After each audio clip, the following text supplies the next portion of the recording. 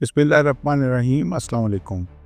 उम्मीद है आप लोग खैरियत से होंगे। अनफुल पाकिस्तान के प्लेटफॉर्म से आज मैं आपके लिए एक ऐसा मौजू लेके हाज़िर हुआ हूँ कि जिसकी चंद गोइयाँ बड़े मुबहम तरीके से की जा रही हैं और चूँकि इसकी अभी बहुत सारे लोगों को क्लैरिटी नहीं है कि वो है क्या, तो जो नाक़दीन हैं क्लैरिटी उनको भी नहीं है, मगर उन्होंने अपना फ़र्ज़ समझ लिया है कि हमने किसी भी ऐसी चीज़ जो पाकिस्तान ने प्रोडक्टिव हो, पॉजिटिव हो, कंस्ट्रक्टिव हो और सिनर्जी हो, जिसके अंदर एनर्जी हो, जिससे पाकिस्तान का इमेज बेहतर हो रहा हो, पॉजिटिविटी आ रही हो, तरक्की हो रही हो, उसके ऊपर उन्होंने अपना फ़र्ज़ समझ के उसके ऊपर तनकीद करनी है। और आज का टॉपिक है हमारा आर्टिकल 243 और उसके अंदर 27वीं तरमीम के हवाले से जो प्रोपेगेंडा और असल हक़ाइक़ हैं वो क्या है। आईन पाकिस्तान के आर्टिकल 243 में आर्म्ड फोर्सेस का जो ढांचा है, जो स्ट्रक्चर है, वो तश्कील किया है और ये फ्रेमवर्क बुनियादी तौर पर रवायती जंग के लिए तश्कील दिया गया था। बाज़ नासर आइन के आर्टिकल 243 और 27वीं तरमीम के हवाले से गुमराह कुन प्रोपेगेंडा करने में मसरूफ़ हैं और जबकि इस हवाले से हक़ाइक़ से आगाही बेहद ज़रूरी है और इसमें चंद नकात हैं जिसके ऊपर मैं आपसे बात करना चाहता हूँ। और इससे पहले कि मैं वो नकात आपके साथ डिस्कस करूँ, मैं आपको ये बताता जाऊँ कि ये आर्टिकल 243 जो है, जो कमांड एंड कंट्रोल के रिलेटेड है फोर्सेस के, ये ड्राइव पहले कहाँ से हुआ।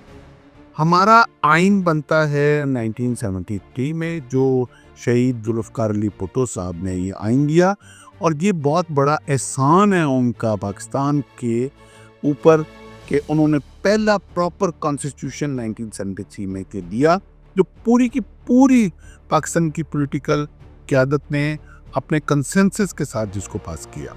भुट्टो साहब ने ये जो आर्टिकल 243 था, ये ड्राइव किया कि जो पहला एक कॉन्स्टिट्यूशनल हाका बना था 1952 में, उससे ये ड्राइव किया और वो 1952 वाला जो हाका था वो ड्राइव हुआ था ब्रिटिश दौर के command and control, military command and control से। तो ये एक पुरानी एक परंपरा चली आ रही थी बिना तब्दीली के। अब वक्त बदल गया।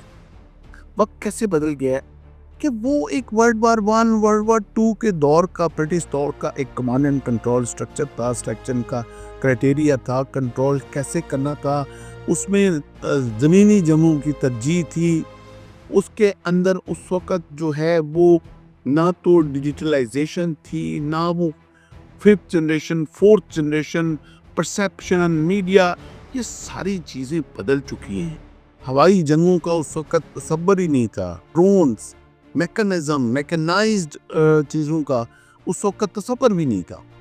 तो अब जबकि ये जिद्दत चूँकि अब फ़ौज में आ चुकी हुई है और स्पेशली हमें कुछ वैक्यूम फील हुए अभी मई में जो ऑपरेशन महसूस में, और उसके अंदर जो हमें वैक्यूम महसूस हुए, तो उसकी बुनियाद पर अब इस आइन में कुछ तब्दीली की ज़रूरत है। और उसमें पहला नुक्ता ये है कि जंग की बदलती सूरत हाल के तनाज़ुर में आइन और कानून में किसी भी किस्म की तरह की तब्दीली पार्लियामेंट और हुकूमत वक्त का ये इस्तेहकाक होता है कि वो मुंतबा हुकूमत मुल्क की सलामती और ख़ुद मुख्तारी के लिए कौमी मुफाद में कानून साजी कर सकती है। दूसरा अहम नुक्ता ये है कि मौजूदा दौर में जंग की साख्त और नौइयत मुकम्मल तौर पर बदल चुकी है।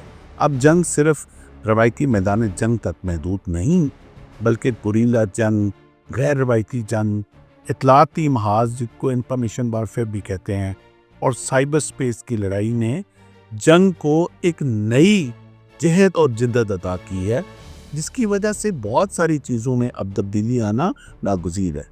तीसरा अहम नुक्ता यह है कि अब दुनिया में ताकत का तवाज़ुन सिर्फ हथियारों से नहीं, बल्कि इंफॉर्मेशन, इकोनॉमी, टेक्नोलॉजी और जहानत के सही इस्तेमाल से होता है। आर्टिफिशियल इंटेलिजेंस ने जो इनकलाब बर्पा किया है, کیا اس سے کوئی ڈینائی ہو سکتا ہے؟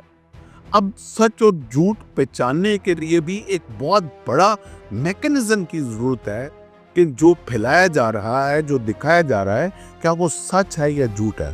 اور چوتھا اہم نقطہ یہ ہے کہ اب جنگیں صرف زمینی سطح پر نہیں بلکہ فضائی، سمندری، سائبر انفارمیشن اور مختلف ڈومینز میں بیک وقت لڑی جاتی ہیں، جس کے لیے تمام سروسز، چاہے وہ آرمی ہو، نیوی ہو، ایئر فورس ہو، لیویز ہو، ان لینڈ فورسز ہوں، کے درمیان اپنی سینرجی اور ہم آہنگی بہت ضروری ہے۔ اور پانچواں اہم نقطہ یہ ہے کہ جنگ کے بدلتے صورتحال کے تناظر میں ایک مربوط کمانڈ سٹرکچر، بر وقت فیصلہ سازی، منظم حکمت عملی اور اداروں کے درمیان ہم آہنگی ناگزیر ہو چکی ہے۔ مارکا حق میں بر وقت فیصلہ سازی اور ٹرائی سروس ہم آہنگی کی اشد ضرورت پیش آئی۔ اس صورتحال کے پیش نظر آرٹیکل میں تبدیلی وقت کی اہم ضرورت بن چکی ہے۔ پاکستان جس طرح مشرقی اور مغربی سطح پر بیک وقت مصر پہ کار ہے اور پاکستان کو مختلف چیلنجز کا سامنا ہے، تو ایک منظم اور مربوط حکمت عملی کی ضرورت ہے۔ ان تمام حقائق اور بدلتی جنگی صورتحال کے پیش نظر آئین کے آرٹیکل 243 میں ترمیم اس وقت کی اہم ضرورت ہے تاکہ مسلح افواج نئے دور کے کثیر جہتی خطرات کو چیلنجز کے مطابق ہم آہنگ ہوں۔ اس کے ساتھ ہی میں اجازت چاہوں گا۔ اپنا بہت سارا خیال رکھیے گا۔ اللہ حافظ۔